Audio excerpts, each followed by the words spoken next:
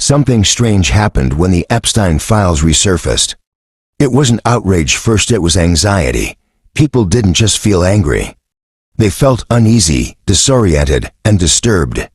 The reaction went deeper than politics or justice. Minds began racing, trust began collapsing, and reality itself felt unstable. This wasn't just news consumption. This was a psychological shockwave spreading quietly through millions of people. The human brain is not designed to process the idea that powerful systems might protect hidden crimes. When such information appears, the mind enters a conflict state. What we believed about authority clashes with what we're now seeing. This creates cognitive dissonance and intense psychological discomfort. The Epstein Files didn't just present information, they threatened mental stability. Psychologically, people panic most when danger feels real but unclear. The Epstein case introduced ambiguity at a massive scale. Names hinted at influence, connections suggested power. But answers felt incomplete. The brain hates unresolved threats. When closure is denied, anxiety multiplies.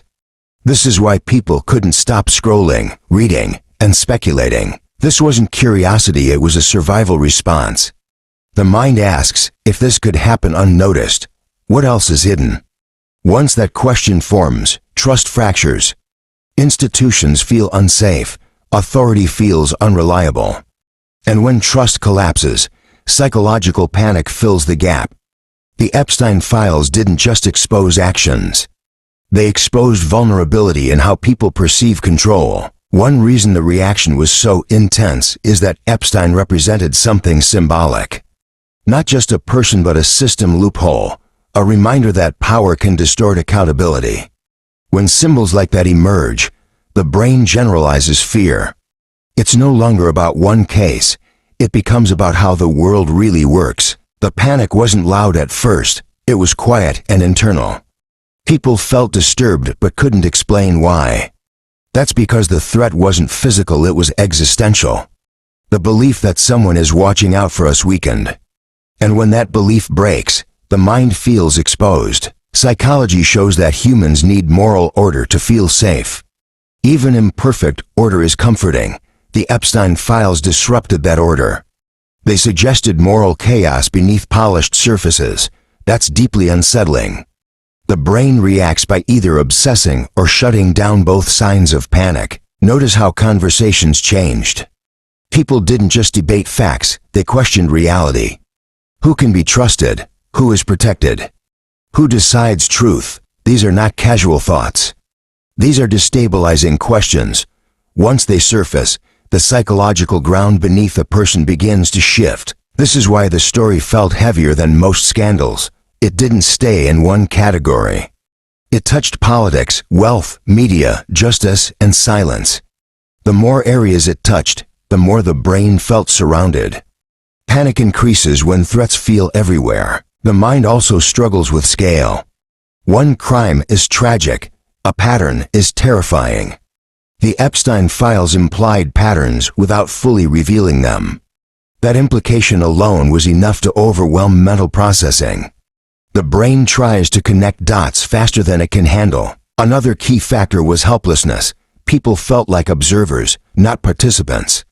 Psychology shows that lack of agency intensifies fear. When individuals can't act meaningfully, anxiety turns inward. The Epstein Files made people feel informed, but powerless, a perfect recipe for psychological panic. Social media amplified this response. Algorithms reward emotional engagement, not psychological stability. Every headline, comment, and theory reinforced uncertainty. Instead of clarity, people received emotional overload. The nervous system doesn't distinguish between real danger and perceived danger, it reacts the same way. This created a feedback loop. Fear increased attention. Attention increased exposure. Exposure increased fear. Many people didn't realize they were experiencing stress responses: tightness, agitation, doom thinking, because the threat felt abstract, not immediate. Psychologically, the Epstein Files also activated what's called betrayal trauma. This occurs when trusted systems violate expectations. The mind struggles because it relied on those systems for safety. Betrayal trauma doesn't just cause anger, it causes confusion and emotional numbness. Some people responded by denying the importance of the story. That wasn't ignorance, it was self-protection. The brain sometimes rejects information that feels too destabilizing. Minimization is a psychological shield against panic. Others went the opposite direction, consuming every detail obsessively. This is hypervigilance. The mind scans for threats, believing constant awareness equals safety. But hypervigilance actually exhausts the nervous system, deepening anxiety over time. The Epstein Files also blurred moral boundaries. When wrongdoing appears entangled with power, the mind struggles to categorize good and evil clearly. That ambiguity creates distress. Humans crave clear villains and clear justice. Ambiguity fuels panic. Another overlooked factor is collective shame. When a society realizes it may have ignored warning signs, guilt emerges. Shame is uncomfortable, so it often turns into anger or blame. But underneath is a deeper psychological wound. This is why people argued so intensely online. Arguments weren't about truth, they were about emotional regulation. People needed certainty to calm their nervous systems. When certainty wasn't available, conflict replaced clarity. The Epstein Files didn't just challenge institutions, they challenged personal identity. Many people define themselves by their beliefs about fairness, progress, and accountability. When those beliefs are shaken, identity destabilizes, and that feels like panic. Psychologically, the most dangerous threat is one you can't locate. The Epstein story lacked a clear endpoint. No final resolution, no emotional closure. The mind remained in alert mode, unable to relax. This is similar to unresolved trauma. When events are left open-ended, the brain replays them repeatedly. That's why the story resurfacing triggered renewed distress even years later. The nervous system remembered the unresolved tension. The files also tapped into primal fears about secrecy. Historically, hidden knowledge has always been associated with danger. When secrets are revealed selectively, the mind imagines worse truths beneath. Imagination fills gaps faster than facts. People weren't just afraid of what was known but of what might never be known. That uncertainty is psychologically corrosive. It creates a sense that reality itself is incomplete or manipulated. This explains why the panic crossed political lines. Regardless of ideology, the psychological response was similar. Fear of deception, fear of power imbalance, fear that the rules don't apply equally. The Epstein Files also activated moral outrage, but outrage is not calm. It's a stress response designed to mobilize action. When action is blocked, outrage turns into anxiety or despair. Some people disengaged entirely. Emotional shutdown is another panic response. When the mind can't process threat, it numbs itself. Apathy often looks like indifference, but it's usually overload. The story also disrupted the illusion of transparency. Modern societies rely on the belief that truth eventually emerges. When that belief weakens, existential anxiety grows. People begin to question whether reality is ever fully visible. Psychologically, this creates what's called epistemic anxiety, fear about knowing what is real. When truth feels uncertain, everything feels unstable. The Epstein Files didn't create this anxiety, but they revealed it. They acted as a trigger, exposing existing cracks in trust, authority, and collective confidence. Another reason the panic spread is because the story involved silence. Silence is psychologically louder than noise. When people sense withholding, the mind assumes danger. Silence invites projection, fear, and suspicion. This is why official statements rarely calmed people. Reassurance without transparency increases distrust. The brain interprets vague language as threat management, not truth sharing. The case also activated moral injury, a sense that societal values were violated. Moral injury causes anger, sadness, and disillusionment all at once. It's emotionally heavy and difficult to process. For some, the panic turned inward. If systems fail, who protects me? This thought creates background anxiety that doesn't disappear easily. Psychologically, the Epstein Files forced people to confront uncomfortable complexity. Reality wasn't simple, justice wasn't linear. Power wasn't accountable in predictable ways. Complexity overwhelms emotional processing. This is why conspiracy thinking increased around the topic. Conspiracies offer certainty in uncertain environments. They provide structure where chaos exists even if that structure is false. The mind prefers a coherent narrative over an accurate, but fragmented one. When official narratives feel incomplete, alternative explanations rush in to fill the psychological vacuum. The panic wasn't irrational, it was human. It came from deep psychological needs: safety, fairness, predictability, and trust. What made this case unique was its symbolic weight. Epstein became less a person and more a psychological mirror reflecting societal fears about corruption and power. When symbols carry too much meaning, they overwhelm rational analysis.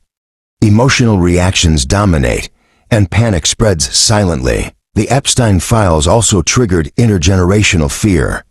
Older generations felt disillusioned. Younger ones felt betrayed before trust was fully formed. Both reactions fueled anxiety in different ways. Media repetition kept the nervous system activated. Each new mention re-triggered reminders of unresolved threat. Chronic exposure leads to psychological fatigue. Over time, fatigue can look like numbness, but the stress remains stored in the body. That's why people felt uneasy without knowing why. The story also challenged the idea of moral progress. Many people want to believe society improves over time. The Epstein Files disrupted that comforting narrative. When progress feels uncertain, hope weakens. And hopelessness is closely tied to psychological panic. This wasn't mass hysteria, it was mass uncertainty. A quiet realization that systems are more fragile than assumed. The panic wasn't about Epstein alone, it was about what his story represented: gaps, silence, and unanswered questions. Psychologically, humans can tolerate bad news better than incomplete truth.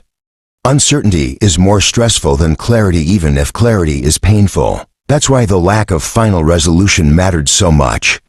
Closure calms the mind. Its absence keeps the nervous system alert. The Epstein Files left people mentally suspended, waiting for answers that never fully came. This prolonged suspension created chronic stress responses: irritability, distrust, emotional exhaustion, all signs of psychological overload. Some people redirected this stress into other fears: politics, culture, relationships. Unresolved anxiety seeks outlets. The case also highlighted how dependent people are on institutions for psychological safety. When that safety feels compromised, internal stability weakens. The panic wasn't just emotional, it was existential. It raised questions about meaning, justice, and truth. Psychologically, these questions are heavy because they lack easy answers. The mind doesn't rest easily with ambiguity. The Epstein Files exposed how fragile collective confidence really is. It doesn't take collapse, just uncertainty. In that sense, the panic was a warning signal. Not about one case, but about how modern minds handle power, secrecy, and trust. People weren't panicking because they knew too much. They were panicking because they didn't know enough. The human brain seeks resolution like the body seeks oxygen. Denied resolution, distress grows. That's why the story lingers psychologically long after headlines fade. Ultimately, the Epstein Files triggered a reckoning with uncertainty. A reminder that reality isn't always transparent or fair. Psychological panic emerges when belief systems crack faster than new ones form. This case cracked beliefs about oversight, justice, and accountability without offering replacements. And when belief collapses, anxiety rushes in to fill the void. The discomfort people felt wasn't weakness, it was awareness colliding with uncertainty. Understanding this reaction matters, because panic thrives in silence and confusion. When psychology explains fear, fear loses some of its grip. The Epstein Files didn't just expose secrets, they exposed how fragile mental stability becomes without trust. That's why the story still echoes in the background of public consciousness, not as outrage but as unresolved tension. The real psychological lesson isn't about scandal.